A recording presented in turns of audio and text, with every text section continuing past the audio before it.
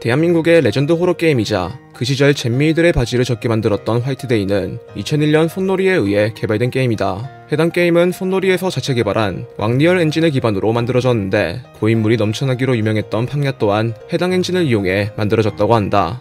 게임이 발매되기 전 화이트데이는 데모가 유출된 적이 있다.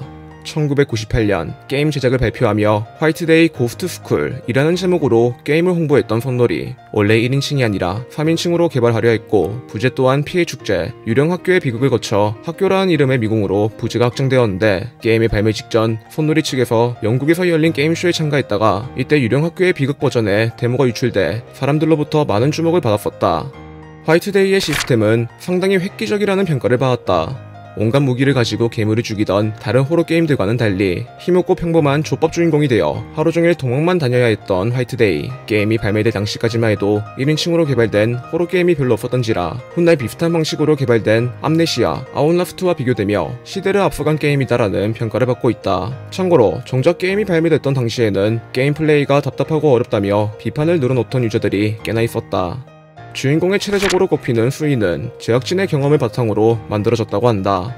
화이트데이의 트레이드마크이자 몽둥이와 손종 등을 들고 다니며 유저들의 뚝배기를 박살냈던 수위 아저씨. 사실 개발 초기 때까지만 해도 잠시 등장했다 사라지는 이벤트성 빌런으로 만들려고 했는데 제작진이 게임 참고를 위해 학교에 들어갔다가 경비 아저씨의 발소리를 듣고 화장실에 숨은 적이 있어 이때 느꼈던 긴장감과 공포를 표현하고자 수위 캐릭터를 적극적으로 활용하게 되었다고 한다.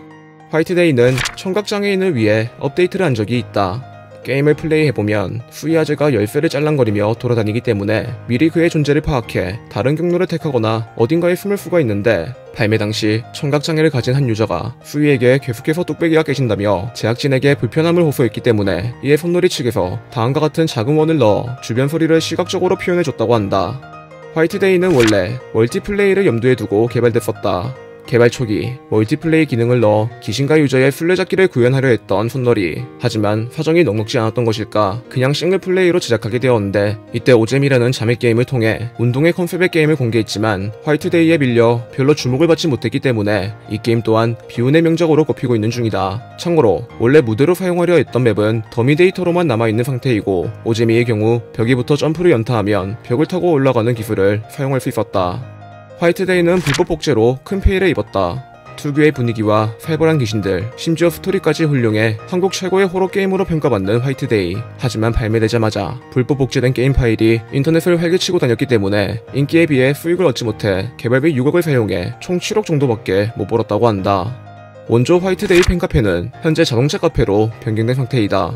발매 이후 오랜 시간이 흘러 점차 사람들의 기억 속에서 잊히게 되었던 화이트데이. 회원수 5만에 달했던 팬카페 또한 회원들의 발길이 끊기기 시작했는데 그러던 2015년 화이트데이 모바일이 출시하며 팬카페의 활력이 되살아났지만 갑자기 매니저였던 에스메이플리프가 카페를 매각해 회원들이 온갖 수양욕을 박았다고 한다. 이후 팬카페를 구매한 새로운 운영자가 자신을 비판하는 회원들을 모조리 탈퇴시킨 뒤 화이트데이가 좋아서 운영해보려 했다. 화이트데이 관련으로 운영하겠다 라며 회원들을 안심시켰는데 얼마 안가 본색을 드러내며 카페의 글을 전부 지워버리곤 자동차 카페로 바꿔버렸기 때문에 오랫동안 활동했던 장소를 잃게 된 유저들이 카페를 매각한 매니저를 향해 엄청난 비판을 쏟아부었다.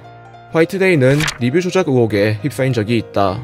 2017년 화이트데이를 리메이크하며 스팀에서 판매하기 시작했던 폰놀이. 하지만 모바일 버전을 그대로 PC로 이식한 탓에 각종 버그가 판을 쳤기 때문에 이에 분노한 유저들이 엄청난 호평을 남겼었다. 하지만 얼마 안가 갑자기 게임을 극찬하는 사람이 늘어나기 시작해 네티즌들이 이에 대해 의구심을 품게 되었는데 당시 좋은 평가를 남겼던 계정을 살펴보니 길게는 무려 40시간까지 플레이했지만 정작 게임 진행도가 1%도 안 된다는 게 밝혀져 폰놀이가 리뷰를 조작하고 있다 라는 의혹이 나왔었다. 폰놀이의 대표는 해당 의혹에 대해 사실이 아니라고 해명했다. 네티즌들의 의혹에 전면으로 반박하며 고작 1~2%의 긍정평가를 늘리기 위해 조작을 한 것 자체가 말이 안 된다. 물론 일부 지인들의 추천이 있을 수는 있겠지만 회사 차원에서 리뷰를 조작하지 않았다 라는 입장을 밝혔던 이용수 대표. 하지만 의심을 거두지 못한 네티즌들이 꾸준히 조작 의혹에 대해 조사를 진행한 결과 좋은 평가를 남겼던 유저 또한 폰놀이 부사장의 지인이었다는 게 밝혀져 회사에 대한 비판이 날이 갈수록 심해졌었다. 화이트데이는 영화로도 제작됐었다. 2021년 화이트데이 부서진 결계라는 제목으로 영화화된 적이 있는 화이트데이. 하지만 여러 테마독으로 귀신을 죽이거나 좀비 같은 학생들이 등장하는 등 원작과 전혀 다른 방향성을 보여 팬들로부터 철저히 외면받았기 때문에 결국 누적 관객 1만 명이라는 전설적인 폭망을 기록하며 쓸쓸하게 영화관에서 내려왔었다. 참고로 포스터에 나온 장강은 후이 아저씨가 아니라 테마사이다. 화이트데이의 후속작은 현재 좋지 못한 평가를 받고 있다. 여러 악취가 겹치며 회사가 힘들어지자 결국 손놀이를 뛰쳐나와 새로운 개발사를 만들었던 손놀이의 개발자들, 최근 21년 만에 화이트데이의 후속작인 화이트데이2 거짓말하는 곳을 선보였는데 숨 쉴 때마다 버그가 발생하거나 3개의 에피소드 중 1개만 발매해놓고 무려 24,000원에 달하는 가격으로 팔고 있기 때문에 유저들로부터 제작자님 어디 사세요? 개발자님 싸움 잘하세요? 등의 욕을 먹으며 스팀 리뷰 대체로 부정적을 기록하고 있다.